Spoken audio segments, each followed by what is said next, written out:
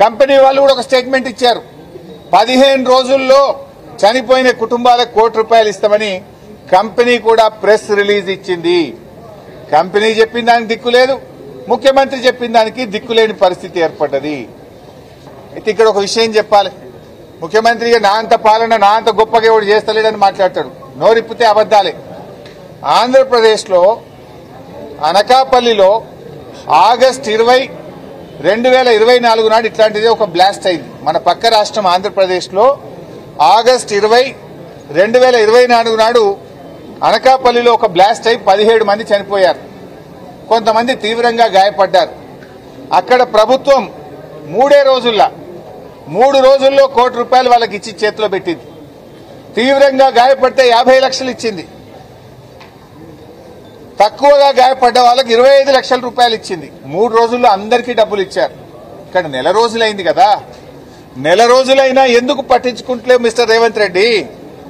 తీవ్రంగా గాయపడ్డ వాళ్ళకి ఇక్కడ కూడా 50 లక్షలు ఇవ్వండి, ₹25 లక్షల తక్కువగా గాయపడ్డ వాళ్ళకి ఇవ్వండి, చనిపోయిన కుటుంబాలకు వెంటనే ₹1 కోటి ఇవ్వండి. అసలు నువ్వు ఇస్తావా, కంపెనీ ఇస్తుందా, ఎవరిస్తారు, ఎప్పుడు ఇస్తారు, ఎన్ని రోజుల్లో ఇస్తారు? ఒక దశ దిశ లేకుండా పోయింది. ఎవరు పట్టించుకోరు, ముఖ్యమంత్రి పట్టించుకోడు, కార్మిక మంత్రి పట్టించుకోరు, ఎవరు కూడా పట్టించుకోక వాళ్ళు అనాథలైపోయినటువంటి పరిస్థితి ఏర్పడ్డది. ఇప్పుడు కరోనా వచ్చిందప్పుడు, కరోనా వస్తే మైగ్రెంట్ వర్కర్ల గురించి ఆనాడు కేసీఆర్ గారు పట్టించుకున్నారు. కేంద్ర ప్రభుత్వాన్ని రైళ్లు పెట్టండి అంటే రైళ్లు పెట్టకపోతే కేసీఆర్ గారు రాష్ట్ర ప్రభుత్వ డబ్బుల చేత రైళ్లు పెట్టి వాళ్ళకి అన్నం పెట్టి చీఫ్ సెక్రటరీని కూడా మంత్రులను రైల్వే స్టేషన్ పంపించి వాళ్లను రైలు ఎక్కించి బీహార్కు, జార్ఖండ్కు, ఛత్తీస్గఢ్కు, ఒరిస్సాకు, స్వంత రాష్ట్రాలకు పంపించింది. ఒక గొప్ప మాట చెప్పాడు KCR, they are also the partners, Hyderabad అభివృద్ధిలో వాళ్ళు భాగస్వాములు, వలస కార్మికులందరూ కూడా మా బిడ్డలే, మా హైదరాబాద్ అభివృద్ధిలో వాళ్ళు భాగస్వాములు అని కేసీఆర్ చెప్పారు. కానీ నువ్వేం చేసినావు నాయన? నువ్వేం చేసినావంటే వాళ్ళను సన్ డ్రాప్ అని నూనె ఉంటుంది కదా, ఆ నూనె డబ్బాలల్లో ప్యాక్ చేసిండు శవాలను.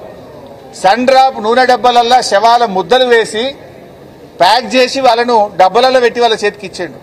ఇగో నీ బాధ్యత ఇది. రాష్ట్రం పరువు పెంచేది, రాష్ట్ర ప్రతిష్ట పెంచేది, రాష్ట్ర గౌరవం పెంచేది ఇదేనా?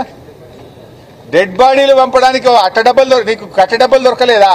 అట్ట డబ్బాలలో పెట్టి పంపుతావు. సన్ డ్రాప్ ఆయిల్ ముద్దలు పెట్టి పంపిస్తావు.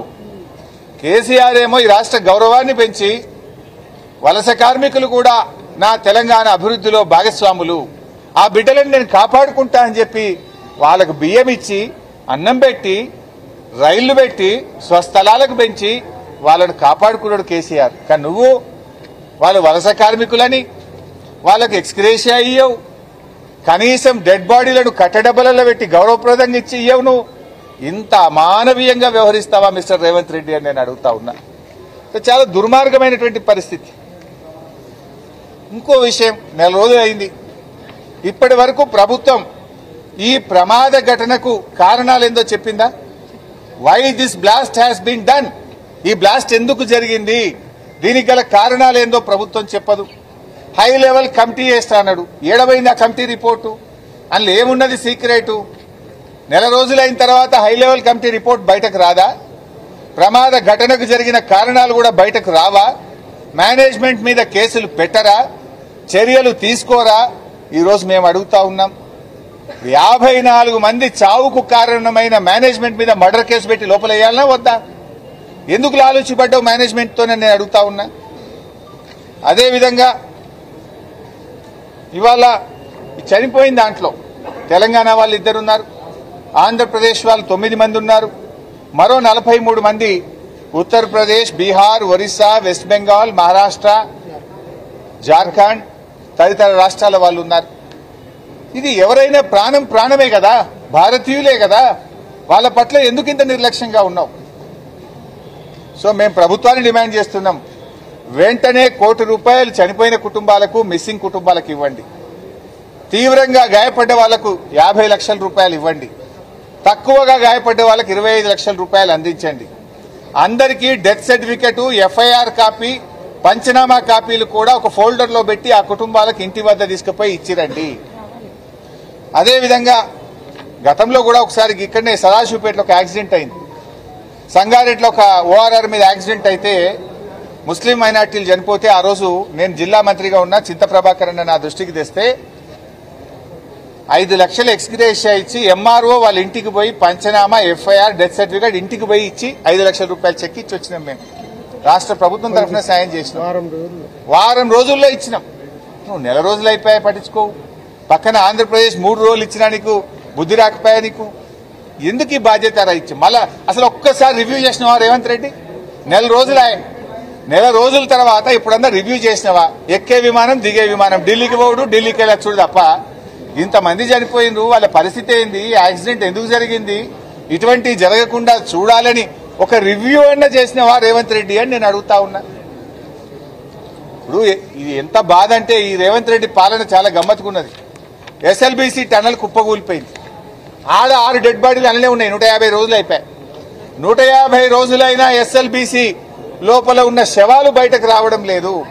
చచ్చిండ్రో బతికిండ్రో తెలియదు. 150 రోజులైన బొక్కలు కూడా బయటకు దేకపోతుంది.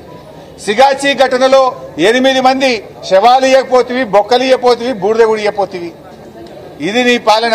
ఎంత బాధ్యత రహితంగా ఉన్నావు అంటే ప్రభుత్వము సకాలంలో స్పందించడంలో, ప్రాణాలు కాపాడడంలో రేవంత్ రెడ్డి ప్రభుత్వం వైఫల్యం, మృతదేహాలు అప్పగించడంలో రేవంత్ రెడ్డి ప్రభుత్వం వైఫల్యం, పరిహారం చెల్లించడంలో రేవంత్ రెడ్డి ప్రభుత్వం వైఫల్యం. నువ్వు సకాలంలో స్పందించుంటే ఆ రోజు మేము వచ్చినాం. అరే వాళ్ళని ఏదైనా అపోలోకో, యశోదాకో, లేకపోతే ఏదైనా నిమ్స్ హాస్పిటల్కో, ఒక హై లెవెల్ హాస్పిటల్కు తీసుకెళ్ళు. బాగా గాయపడ్డారు, వాళ్ళు బతుకుతారయ్యా అంటే నువ్వు పట్టించుకోవు. ఇప్పుడు హాస్పిటల్లో చేరినాక 6 చచ్చిపోయినరమ్మా. నువ్వు నిజంగా మంచి హాస్పిటల్లో జాయిన్ చేస్తే 6 ప్రాణాలు బతుకుతుండే కదా. నువ్వు సరిగ్గా ఇక్కడ లోకల్ ఏదో చిన్న హాస్పిటల్లో సౌకర్యాలు లేని దవాఖానలో పెట్టివి, 6 ప్రాణాలు తీసుకుంటేవి. ఇప్పటికీ ఇంకా 14 మంది దవాఖానలుంటే ఇంకా 5 పరిస్థితి విషమంగా ఉంది. ఇంకో 5 చావు బతుకుల్లో కొట్టుమిట్టాడుతున్నారు. వాళ్ళకన్నా మంచి వైద్యం ఇయ్యి. ప్రాణం ప్రాణమే కదా. మన కుటుంబ సభ్యులో, నీ కుటుంబ సభ్యులో ఉంటే ఇట్లనే చూస్తావా నువ్వు? ప్రాణం ఎవరిదైనా ఒకటే కదా. ఆ 14 మందిలో ఇంకో 5 మంది చావు బతుకుల్లో ఉన్నారు. వాళ్ళనన్నా కాపాడే ప్రయత్నం చెయ్యి. వాళ్ళకు మంచి వైద్యం ఇప్పించాలి. ఆ కుటుంబాలకు కూడా ఒక 50 లక్షల రూపాయలు సహాయం చేయండి అని చెప్పి నేను ప్రభుత్వాన్ని డిమాండ్ చేస్తా ఉన్నా. అంటే ఇవాళ ఎస్ఎల్బీసీలో కూడా ఏం జరిగింది? ఆ డెడ్ బాడీలు బయటకు తెలియదు ఇంతవరకు. అదేంటి హెలికాప్టర్లు వేసుకొని రోజొక్క మంత్రి పోయిండు. చేపల పులుసు వండించుకున్నాడు ఒక మంత్రి. మనం చూసినాం కదా ఎస్ఎల్బీసీలో. చేపల పులుసు మంచుకుంటాయిరా వంటరా అంటాడు. సచ్చి వాళ్ళు ఏడుస్తుంటే నాకు చేపల పులుసు కావాలట ఒక మంత్రికి. రోజొక్క మంత్రి హెలికాప్టర్లో పోవుడు, రోజొక్క డేట్లు పెట్టుడే తప్ప బాడీలు బయటకు తెచ్చింది లేదు. అక్కడ కూడా కుటుంబాలను ఇప్పటిదాకా ఆదుకున్నది లేదు. అక్కడ కూడా ఇప్పటి వరకు ఎక్స్గ్రేషియా చెల్లించింది లేదు. అంటే ఎస్ఎల్బీసీ ఘటన అయినా, సిగాచి ఘటన అయినా ప్రభుత్వం యొక్క బాధ్యత రహిత్యం స్పష్టంగా కనబడతా ఉంది. ఆ ప్రాణాలు కాపాడడంలో గాని, శవాలను అప్పగించడంలో గాని, పరిహారం చెల్లించడంలో రేవంత్ రెడ్డి ప్రభుత్వం దారుణంగా విఫలమైపోయింది. మాట్లాడితే ఎవరైనా సోషల్ మీడియాలో పోస్ట్ పెడితే అరెస్ట్ చేసినావు.